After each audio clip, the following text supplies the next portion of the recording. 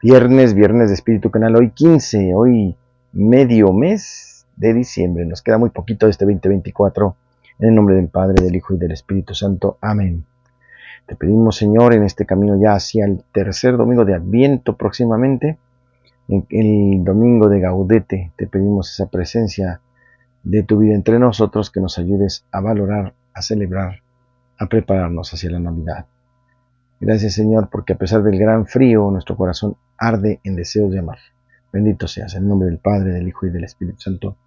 Bienvenidos a Espíritu Canal ya.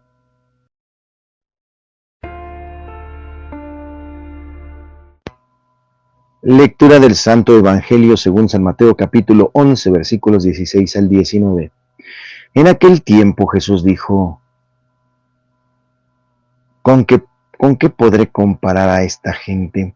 Semejante a los niños que se sientan en las plazas y se vuelven a sus compañeros para gritarles: tocamos la flauta y no han bailado, cantamos canciones tristes y no han llorado. Porque vino Juan, que ni comía ni bebía, y dijeron: tiene un demonio. Viene el Hijo del Hombre y dicen: es un glotón, es un borracho, amigo de publicanos y gente de mal vivir. Pero la sabiduría de Dios se justifica a sí mismo por sus obras. Palabra del Señor.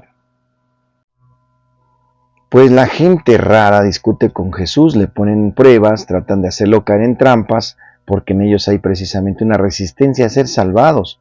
Ante esa actitud Jesús les dice: no les entiendo, son como esos niños, les tocamos la flauta y no han bailado, les hemos cantado lamentaciones y no han llorado, ¿qué quieren entonces? La respuesta sigue siendo: queremos la salvación a nuestro modo. Por lo tanto, vuelve siempre esta cerrazón ante el modo de obrar de Dios. Lleva a no creer en la misericordia y en el perdón, sino en los sacrificios. Impulsa a querer todo bien ordenado, todo claro. Es un drama que también cada uno de nosotros tiene dentro de sí. Por eso surgió algunas respuestas con vistas a un examen de conciencia.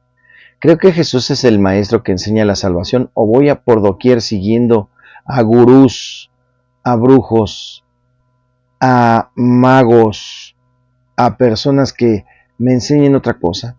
¿Un camino más seguro, o me refugio bajo el techo de las reglas y de los tantos preceptos dados para los hombres?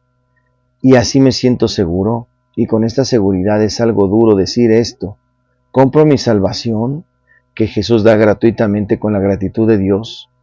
Todas estas preguntas que nos hace bien formularnos hoy culminan en la última pregunta: ¿resisto a la salvación de Jesús? En el Evangelio de hoy.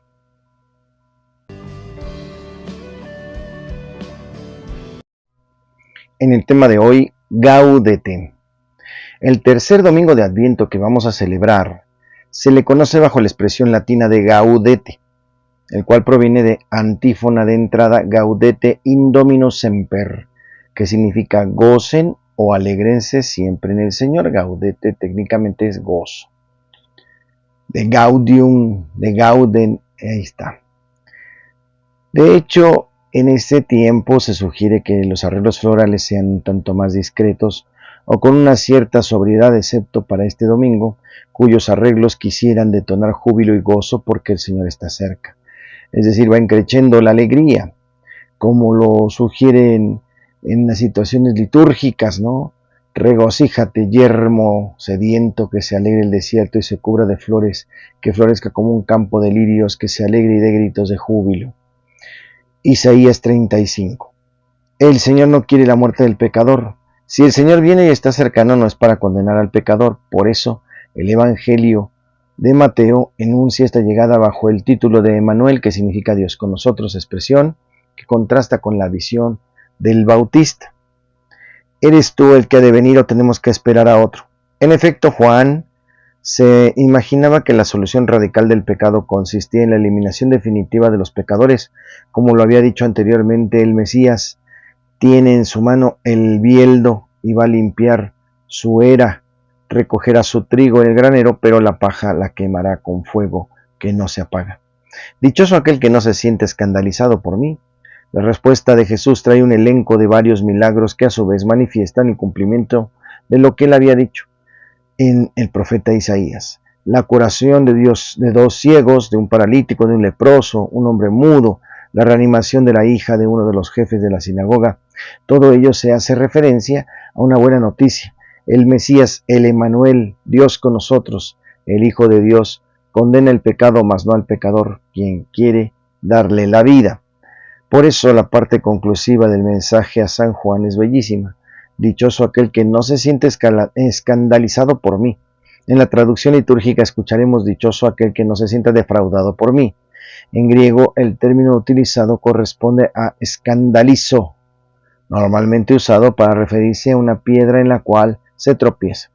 La expresión encriptada bajo una bienaventuranza, dichoso o beato, quien no se escandaliza, manifiesta tiernamente que esta cercanía en el amor de Dios hacia el pecador y los pobres y los enfermos revela un Mesías pobre, manso y humilde, solidario con el que sufre, que será después el crucificado. Dios no quiere la muerte de sus hijos, sino que ellos encuentren la vida en su Hijo.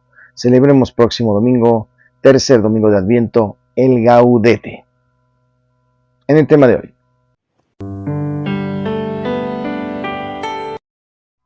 En Santos y Conversos hoy celebramos a Santa María de la Rosa Crucificada, Virgen y Fundadora.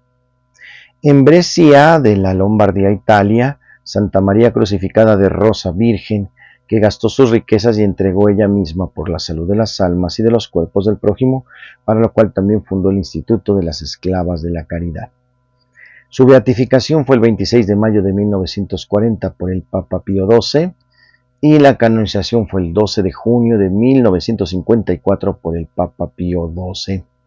Nació en Brescia, Italia, en 1813 y quedó huérfana de madre cuando apenas tenía 11 añitos. Cuando ella tenía 17, su padre le presentó un joven diciéndole que había decidido que él fuera su esposo.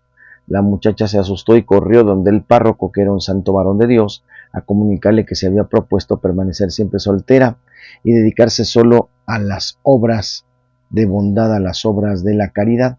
El sacerdote fue donde el papá de la joven y le pidió, ¿verdad?, recapacitar, reflexionar que eso no era lo adecuado, que eso no era lo que su hija deseaba en la vida. Entonces, en ese término, fue caritativo y bueno, pues el sacerdote le pide al papá de la joven con determinación que debe respetar a la hija. El señor de la Rosa aceptó casi inmediatamente la decisión de su hija y la apoyó.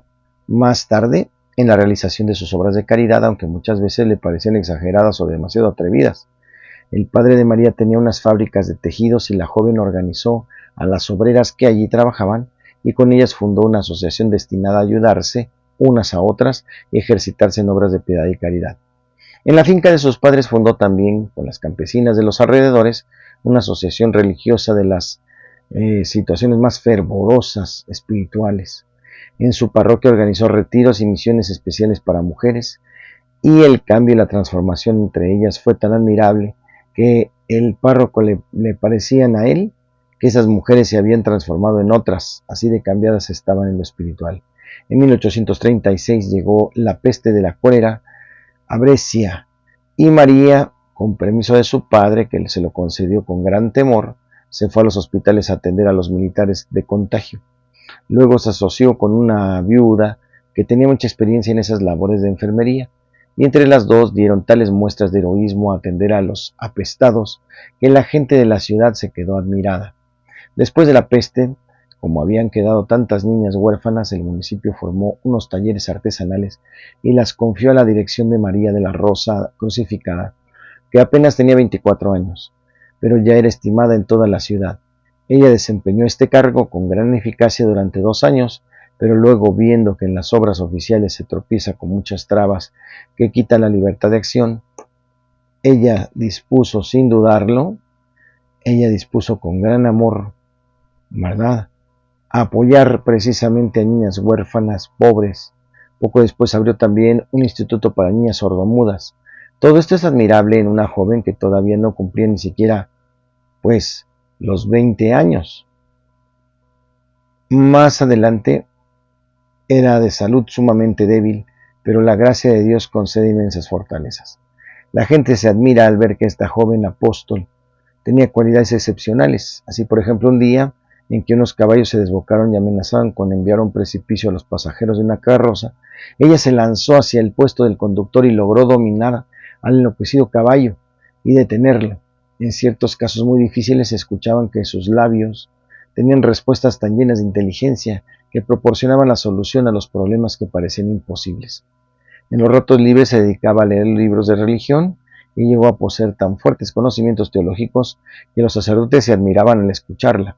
Poseía una memoria feliz que le permitía recordar con pasmosa precisión los nombres de las personas que habían hablado con ella y los problemas que le habían contado. Esto le fue muy útil en su apostolado. Ya para 1840 fue fundada en Brescia por un monseñor Pinzoni, una asociación piadosa de mujeres para atender a los enfermos de los hospitales. Como superiora fue nombrada María de la Rosa. Las socias se llamaban Esclavas de la Caridad y al principio solo eran 4 jóvenes, pero a los 3 meses ya eran 32. Muchas personas admiraban la obra de las Esclavas de la Caridad, que hacían en hospitales atendiendo a los más abandonados y repugnantes enfermos. Otros se dedicaban a criticarlas, a tratar de echarlas de allí para que no lograran llevar el mensaje de la religión a los moribundos. La santa, comentando esto, escribía: espero que no sea esta la última contradicción. Francamente, me habría dado pena que no hubiéramos sido perseguidas. Fueron luego llamadas a ayudar en el hospital militar, pero los médicos y algunos militares empezaron a pedir que las echaran de ahí, porque con estas religiosas no podían tener los atrevimientos que tenían con las otras enfermeras. Pero las gentes pedían que se quedaran porque su caridad era admirable con todos los enfermos. Un día, unos soldados atrevidos quisieron entrar al sitio donde estaban las religiosas y las enfermeras a irrespetarlas. Santa María de la Rosa tomó un crucifijo en sus manos y, acompañada por 6 religiosas que llevaban cirios encendidos, se les enfrentaron, prohibiéndoles en nombre de Dios penetrar en aquellas habitaciones. Los 12 soldados vacilaron, se pusieron nerviosos ante tal situación, se detuvieron y se alejaron rápidamente. El crucifijo fue guardado después con gran respeto como una reliquia y muchos enfermos lo besaban con gran devoción. En la comunidad se cambió su nombre de María de la Rosa por el de María de la Rosa Crucificado, y a sus religiosas les insistía frecuentemente en que no se dejaran llevar por activismos, que consiste en dedicar todo el día a trabajar y atender a las gentes sin consagrarle el tiempo suficiente a la oración, al silencio y a la meditación. Para el año de 1850 se fue a Roma y obtuvo que el sumo pontífice Pío IX aprobara su consagración. La gente se admiraba de que hubiera logrado en tan poco tiempo lo que otras comunidades no consiguen sino en bastantes años, pero ella era sumamente ágil en buscar soluciones. En la rola Gaudete, Estad Alegres, esta rola que interpreta el padre Óscar Jiménez y es la letra de Moisés Alejandro Suárez Sáenz. Vamos a escucharla con atención. Gaudete, Estad Alegres, adelante. Estad alegres en el Señor, porque Él está cerca.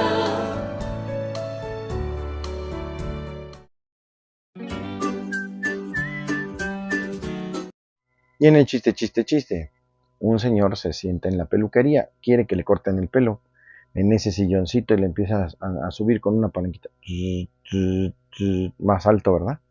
Y reclama: no, yo vine que me corte el pelo, no que me cambie el aceite.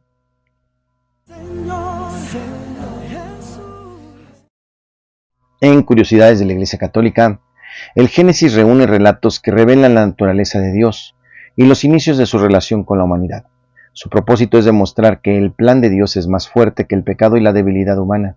No es un libro de historia, sino una confesión de fe articulada con relatos de las 5 tradiciones orales.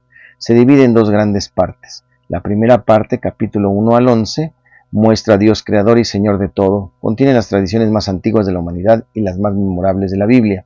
Presenta 2 relatos distintos de la creación que se despliegan a la belleza de la naturaleza, la bondad de la obra de Dios y la creación del hombre y la mujer a imagen y semejanza de Dios. Adán y Eva viven en armonía con Dios, consigo mismos y con todo lo creado, en un fascinante jardín.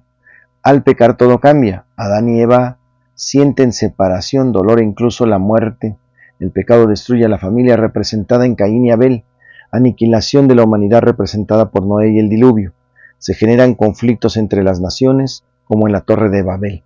La segunda parte, capítulo 12 al 50, narra el origen del pueblo de Israel, explica la fe de Abraham, Sara e Isaac y de Jacob, Rebeca y sus familias. El Génesis concluye con la historia de José, nieto de Isaac. Los israelitas describen su experiencia de Dios con imágenes y símbolos, pues a través de esto es como podemos acercarnos al misterio de Dios.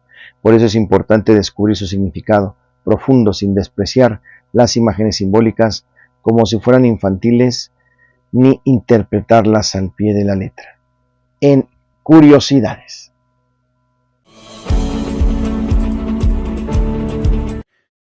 Una vez más damos gracias porque nos permiten entrar en sus hogares, en sus teléfonos, en sus corazones, con este espíritu janal que hoy concluye una semana más. En la buena onda, no se olviden que hoy tenemos la visita de nuestros hermanos de Cuerdas de Oro, un excelente grupo que nos dará una bendición enorme con su presencia, con los villancicos. No se la pierdan, 7 de la noche aquí en la parroquia de Santa Lucía. Les doy bendiciones. Señor les guarde, les protege, les bendiga, haga resplandecer su rostro sobre ustedes y les conceda la paz. Que les bendiga el Padre, el Hijo y el Espíritu Santo y les acompañe siempre. Yo soy el Padre Jorge Arturo Moreno. No se la pierdan. Vamos concluyendo nuestra fiesta patronal, pero continuamos de fiesta en el Adviento hacia la Navidad y por supuesto preparando nuestros corazones para recibir a Jesús en su nacimiento. Tengan excelente fin de semana. Nos vemos mañana en la lucha libre con nuestros amigos a las 12 del día y el domingo a las 4 de la tarde. Y seguimos en Pastorelas. Nos vemos en la Basílica de Guadalupe a las 11:30 de la mañana, ahí en la Casa del Peregrino, detrás del reloj. Ahí vamos a presentar la Pastorela Mater Salvatoris, 11:30 de la mañana domingo. Allá nos vemos. Bendiciones, like y suscríbanse.